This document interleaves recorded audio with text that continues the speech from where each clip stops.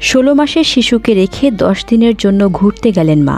বাড়িতে ওই শিশু ছাড়া আর কেউ ছিল না। বাড়ি থেকে যাওয়ার সময় বাচ্চাটির জন্য পর্যাপ্ত কোনো ব্যবস্থা রেখে যাননি মা। মাত্র কয়েক বোতল দুধ রেখে গিয়েছিলেন।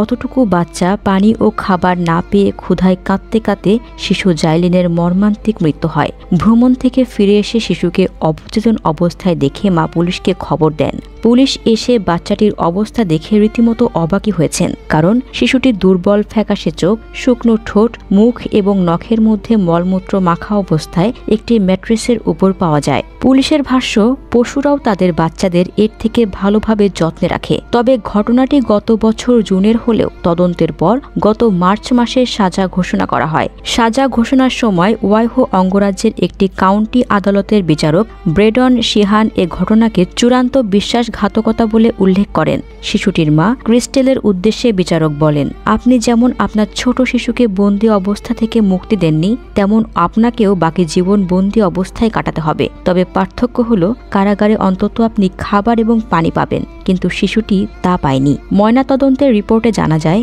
মৃত্যুর কারণ ডিহাইড্রেশন এবং অনাহার। প্রসিকিউটর জানান, জরুরি সেবা আসার আগে অপরাধ ঢাকার জন্য ক্যান্ডেলারিও জাইলিনকে একটি পরিষ্কার পোশাক পরিয়েছিলেন, কিন্তু পোশাকের পরিবর্তন মেয়েটি যে ভয়াবহতার মধ্যে গিয়েছিল তা লুকিয়ে রাখতে পারেনি।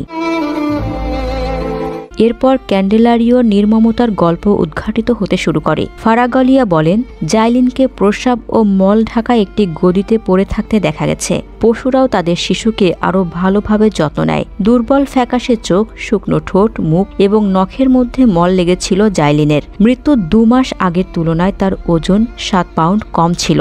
একজন মা কিভাবে এই কাজ করতে পারেন? অবাক বিচারকও। সাজা ঘোষণার সময় কাউন্টি কমন প্লিজ কোর্টের বিচারক ব্রেডন শিহান এটাকে চূড়ান্ত বিশ্বাসঘাতকতা বলে উল্লেখ করেন। তিনি বলেন, মেয়েকে যেমন বন্দি করে রেখেছিলেন, বাকি জীবনটা আপনাকেও সেভাবে কাটাতে হবে। ক্যান্ডেলারিও আদালতে জানান, তিনি ডিপ্রেশনে ভুগতেন। কৃতকর্মের জন্য অনুশোচনাও প্রকাশ করেন। তবে বিচারক শেষ পর্যন্ত কোনো প্যারোল ছাড়াই যাবজ্জীবন কারাদণ্ডের নির্দেশ দেন। সাজা ঘোষণার পর প্রসিকিউটর ও ম্যালি এবং ক্লিভল্যান্ড ডিভিশনের পুলিশ প্রধান ডরোথি টড জেলিনের মর্মান্তিক মৃত্যুর জন্য শোক প্রকাশ করেন।